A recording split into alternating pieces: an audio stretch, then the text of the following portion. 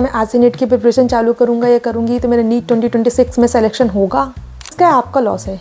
Time किसका जा रहा है? आपका जा रहा है। मेहनत आपको करनी है, फ्यूचर आपका है। एटलीस्ट अभी आपका टारगेट ये होना चाहिए कि आपको एक गवर्नमेंट सीट मिलनी चाहिए MBBS की। अभी फिलहाल चुपचाप अपना पढ़ाई में ध्यान दो। सिर्फ 4 महीने बचे, 4 महीने जी जान लगा दो, अपना 100% दो। So hey guys, Muskan Jaisal this side, currently 3rd year MBBS student at PTJNM medical college Raipur Chhattisgarh. तो क्या अभी भी आज भी आपके मन में ये क्वेश्चन आ रहा है कि क्या मैं आज से नीट की प्रिपरेशन चालू करूँगा या करूँगी तो मेरा नीट 2026 में सिलेक्शन होगा?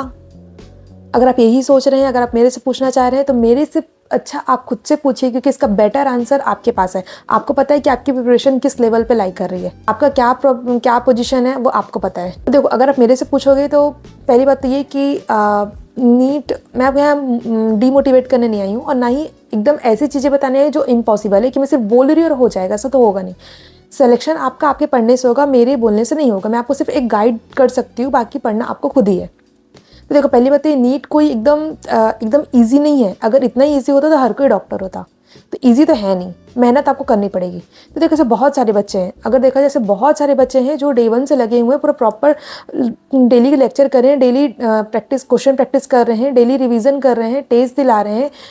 और ऐसा नहीं कि उनकी लाइफ में प्रॉब्लम नहीं आई होगी, या ऐसा नहीं है कि वो एकदम एक्स्ट्रा ऑर्डिनरी बच्चे हैं, उनको सब कुछ आता है, उनको सब कुछ पहले से ही आता है, उनको क्वेश्चन देख के सारा कुछ बन जाता है, उनकी लाइफ में प्रॉब्लम ही नहीं आती, उनकी तबीयत ही खराब नहीं होती। ऐसा कुछ नहीं है, उनकी लाइफ में भी सब कुछ होता है, उनको भी स्ट्रेस होता है, उनको भी सब होता है। लेकिन फिर भी वो हर चीज़ मैनेज करना जानते हैं, वो उस चीज़ से हार नहीं रहे हैं, गिव अप नहीं कर रहे हैं, बल्कि और एफर्ट्स डाल के अपनी सारी प्रॉब्लम को ठीक करके आगे बढ़ रहे हैं। बस यहाँ पे देखो, सिलेक्शन ऐसे कोई एक्स्ट्रा ऑर्डिनरी बच्चों का नहीं होने वाला। सिलेक्शन आप लोगों में से ही होगा, और आप लोगों में से ऐसे बच्चे जो Day 1 से लगे हैं, कोई एक्स्ट्रा ऑर्डिनरी बच्चे नहीं होंगे जो अलग से आएंगे और उनका सिलेक्शन होगा, ऐसा कुछ नहीं।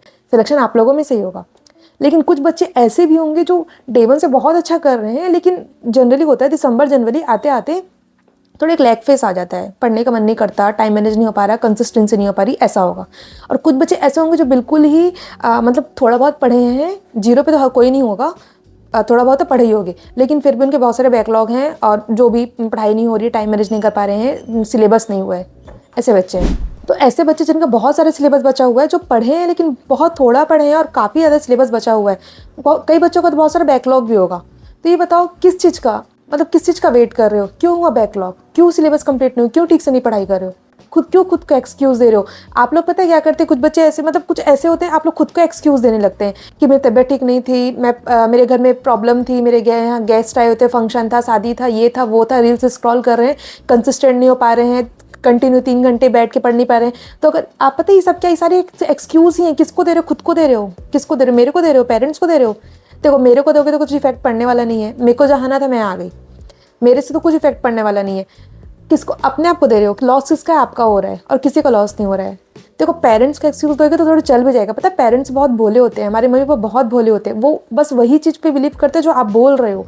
आप जो बोल रहे हो वही उनके लिए सही है। वो ज़्यादा कुछ जान नहीं रहे हैं, कुछ समझ नहीं रहे हैं, है ना। तो उनको एक्सक्यूज दोगे तो वो ठीक है, वो बोलेंगे ठीक है, कोई बात नहीं, आज नहीं पढ़ा कल पढ़ लेना, कोई बात नहीं, ये प्रॉब्लम थी, मैं समझ गया। पेरेंट्स ऐसे होते हैं, भोले होते हैं।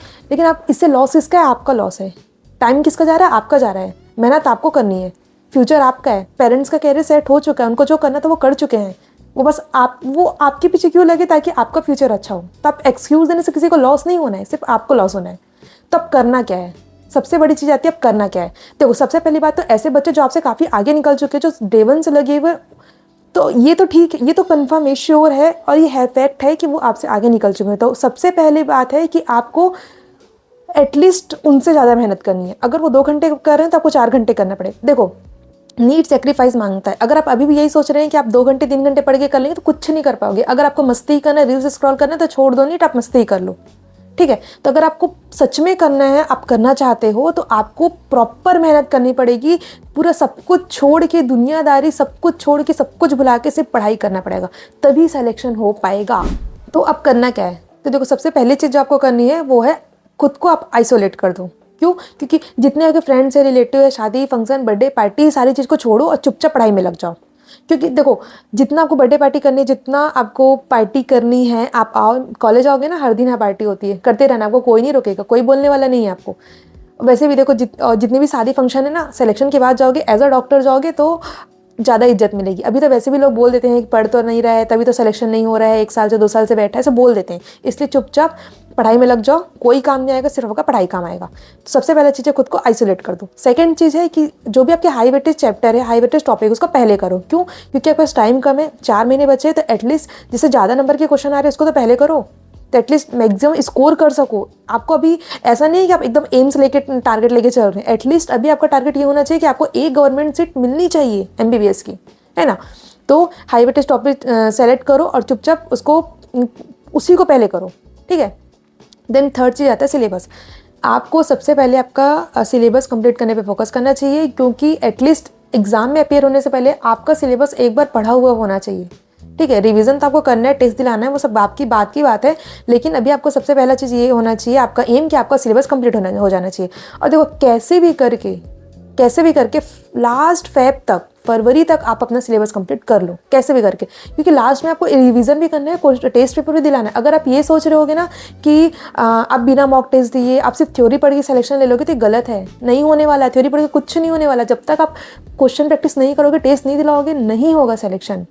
मैं इस चीज़ को फील किया, मेरे साथ भी होता था। मैं सिर्फ क्योंकि मैं टेस्ट दिलाने से, मेरे को एक टाइम पे फोबिया था, मैं डरती थी मैं टेस्ट दिलाने से कि मार्क्स कम आएगा, लेकिन कुछ नहीं होने वाला है। थ्योरी पढ़ के भी क्या मिला? कुछ नहीं मिला। जब तक थ्योरी पढ़ोगे ना, वो याद भी नहीं रहता। जब क्वेश्चन सॉल्व करोगे तो आपको पता चलेगा कि किस तरह से क्वेश्चन फॉर्म हो सकते हैं। आपकी एक्यूरेसी, आपका टाइम मैनेजमेंट, आपको 3 घंटे में कैसे अपने आप को मैनेज करके, सब कुछ मैनेज करके आपको क्वेश्चन अटेम्प्ट करना है, और वो भी सही होना चाहिए, क्योंकि निगेटिव मार्किंग है। तो ये सारी चीज़ें आपको टेस्ट से ही आएगा, है ना। तो कैसे भी करके सबसे पहले आपको लास्ट फरवरी तक कैसे भी करके आपको अपना सिलेबस कंप्लीट करना है, ताकि आप लास्ट के 2 महीने मार्च और अप्रैल रिवीजन करके, अगर थोड़ा बहुत सिलेबस बचेगा, देखो बचेगा वो लेके नहीं चलना है। अभी तो आप ये एम लेके चलो कि फरवरी तक आपको सिलेबस करना ही है एनी हाउ। तो कैसे भी करके फरवरी तक अपना सिलेबस आप कंप्लीट करो, टारगेट लेके चलो कि फरवरी तक आपको करना ही है। तो अभी क्या करना है, सिर्फ आपको सिलेबस कंप्लीट करना है। और देखो जैसे आप लेक्चर कर रहे हो, लेक्चर करने के बाद उसके कुछ MCQ सॉल्व करो, और ट्राई करो कि एटलीस्ट जो आज पढ़े हो उसको 3 दिन बाद एटलीस्ट एक बार थोड़ा रिवाइज करो। मतलब एकदम ऐसा नहीं कि आप सिर्फ लेक्चर करते जा रहे आगे पार्ट पीछे से पार्ट हो रहा है। चीज़ें बहुत जल्दी भूलते हैं, जब तक आप रिकॉल नहीं करोगे, रिवाइज नहीं करोगे, चीज़ें भूल जाओगे। तो ऐसा भी नहीं होना चाहिए कि आप लास्ट में फरवरी में, जब आप 2 महीने बाद उठा के देख रहे हो बुक, तो आपको आज क्या पढ़े हो, अभी जो पढ़े हो कुछ याद भी नहीं है, बिल्कुल नया लग रहा है। तो ऐसा नहीं होना चाहिए। बहुत सारे कॉन्सेप्ट है, बहुत सारी चीज़ें याद रखने को, है ना। तो थोड़ा थोड़ा बीच में रिवाइज भी करते जाओ, ताकि आगे जाके लास्ट में आपको प्रॉब्लम ना हो, कुछ नया ना लगे। तो थोड़ा टाइम निकालो। डेली नहीं निकल पाएगा क्योंकि सिलेबस आपको कंप्लीट करना है, लेकिन फिर भी रिवाइज थोड़ा करते जाओ। तभी आपको क्या करना है, सिर्फ सिलेबस कंप्लीट करना है, थोड़े बहुत MCQ लगाओ, जो भी आप उसको जिसका भी लेक्चर देख रहे हो उसको थोड़ा बहुत MCQ लगाओ, और थोड़ा रिवाइज करते जाओ। ये आपको फरवरी तक करना है। उसके बाद आपको मेन आपको रहेगा, फरवरी के बाद सिर्फ आपको रिवाइज करना है और टेस्ट दिलाना है। टेस्ट जितना ज़्यादा हो सके दिलाओ, क्योंकि उसी से आपकी एक्यूरेसी बढ़ेगी, आपकी स्पीड बढ़ेगी, और आपको नीट को क्वेश्चन पेपर को कैसे अटेम्प्ट करना है ये आपको पता चलेगा, है ना। तभी फरवरी तक तो फिलहाल सिलेबस कंप्लीट करो, डेली थोड़ा बहुत रिवाइज करो, MCQ लगाओ। फरवरी के बाद आपको टेस्ट दिलाना और रिवीजन करना है। देखो यार, अब सीरियस हो जाओ। अगर अभी सीरियस नहीं होगे तो फिर कुछ नहीं हो पाएगा, ठीक है। अगर अभी नहीं होगे फिर कभी नहीं होगी, ये भी है। अपने लिए ना, ऐसे ही अपने पेरेंट्स के लिए करो, जो एकदम आपके और भरोसा करके बैठे हैं, उम्मीद लगा के बैठे हैं आपसे। पता है, जब मैंने इस चीज़ को फील किया है, जब बच्चा नीट के लिए अपेयर होता है ना, तो भले पेरेंट्स उसी दिन से सोचने लगते हैं कि हाँ अभी हमारा बच्चा डॉक्टर है ना। तो एटलीस्ट उनके लिए करो, जितना हो सके मेहनत करो। और अभी भी जो, अगर आप सोशल मीडिया में लगे हुए हैं, रील्स स्क्रॉल करें, तो छोड़ दो, टाइम वेस्ट मत करो। शांति से अभी फिलहाल चुपचाप अपना पढ़ाई में ध्यान दो। सिर्फ 4 महीने बचे, 4 महीने जी जान लगा दो, अपना 100% दो।